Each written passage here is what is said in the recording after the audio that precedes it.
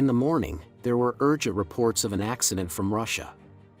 An Airbus A320 passenger airplane belonging to Ural Airlines made an emergency landing in the Novosibirsk region. This airplane was traveling from Sochi to Omsk, but due to the failure of the hydraulic system, it started to sound an alarm. According to information provided by the Regional Ministry of Emergency Situations, the airliner was forced to land in the Ubinsky district. At the time of the incident, there were 170 people on board, including 23 children. All passengers were successfully evacuated and, according to preliminary data, no one was injured. Also, no destruction was seen either on the airplane or on the ground, including buildings and structures. The photo provided shows the aircraft commander, Sergei Belov, as well as the co-pilot, Eduard Semyonov, who showed outstanding skill by making an emergency landing in a field. Rescuers are currently working at the scene and an inspection has been initiated by the Transportation Prosecutor's Office to find out the reasons for the abnormal situation. After prolonged forest fires in Hawaii, a new threat has emerged: the eruption of the Kilauea volcano. Specialists note that before the eruption there was an increased seismic activity. A significant release of ash into the atmosphere is predicted, and the authorities have declared a red code of aviation safety. The first signs of the eruption are already visible, especially in Halemaumau crater, where cracks in its base are releasing lava flows. No official evacuation of local residents has been announced yet, but emergency services are preparing for any possible development. Kilauea volcano is considered one of the most active volcanoes on Earth and is significant in Hawaiian traditional beliefs as the home of Pele, the volcano goddess. The last eruption of this volcano was recorded on June 7, 2023.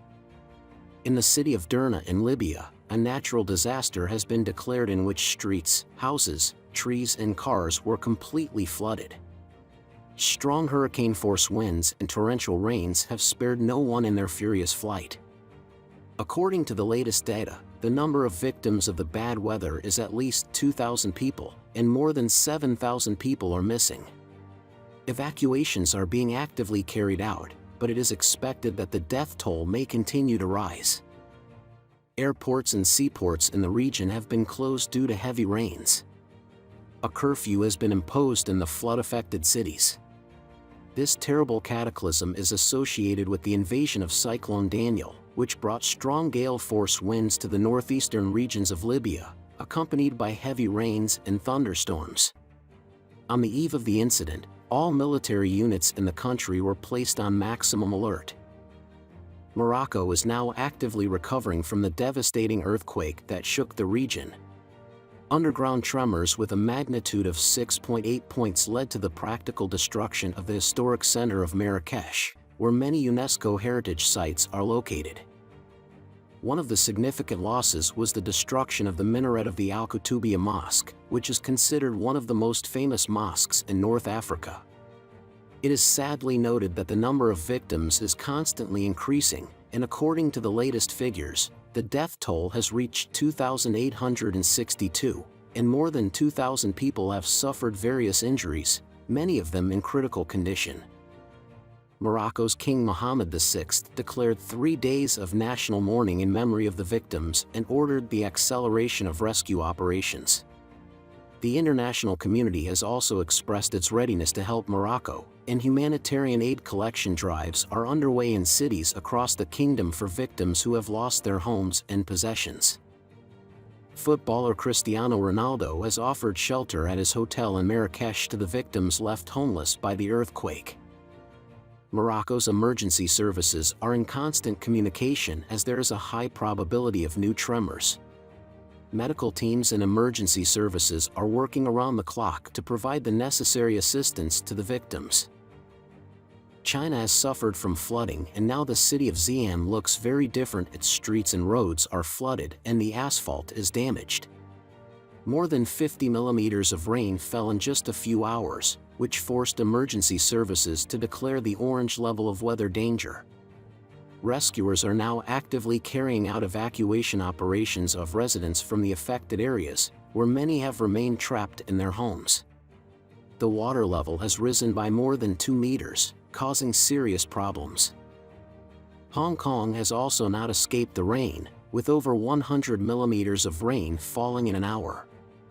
According to police, some sections of roads in the city are waterlogged and one car was flooded, causing traffic blockages. Emergency services are actively conducting search and rescue operations. These are the worst floods in China in the past 140 years, local media reported. In Nigeria, there was a powerful landslide that killed at least 30 miners. It should be noted that the incident occurred at illegal mineral deposits. According to local residents, many of the miners were forced to embark on this dangerous work due to extreme lack of jobs and economic desperation. Their consent to such an occupation is due to complete hopelessness.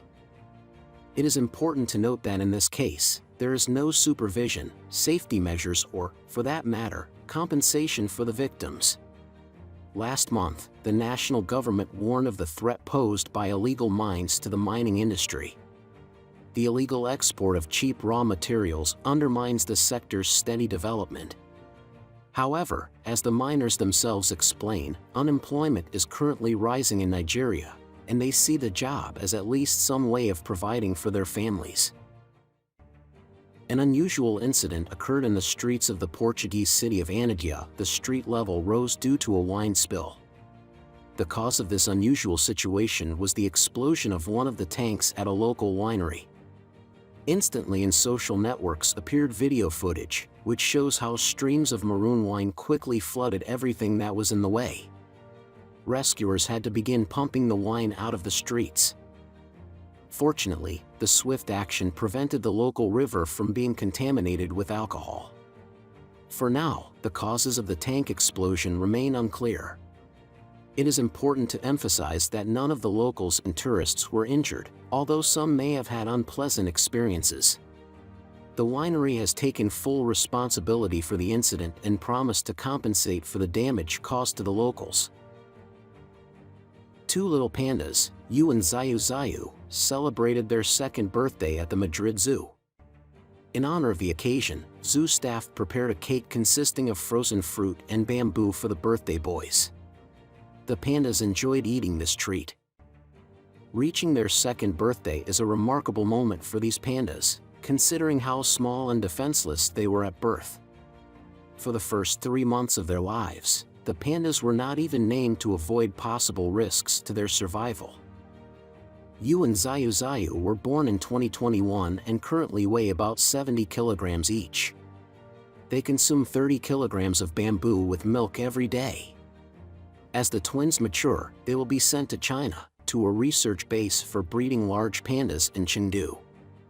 It is important to note that China only grants zoos the right to keep bamboo bears on lease for up to 10 years.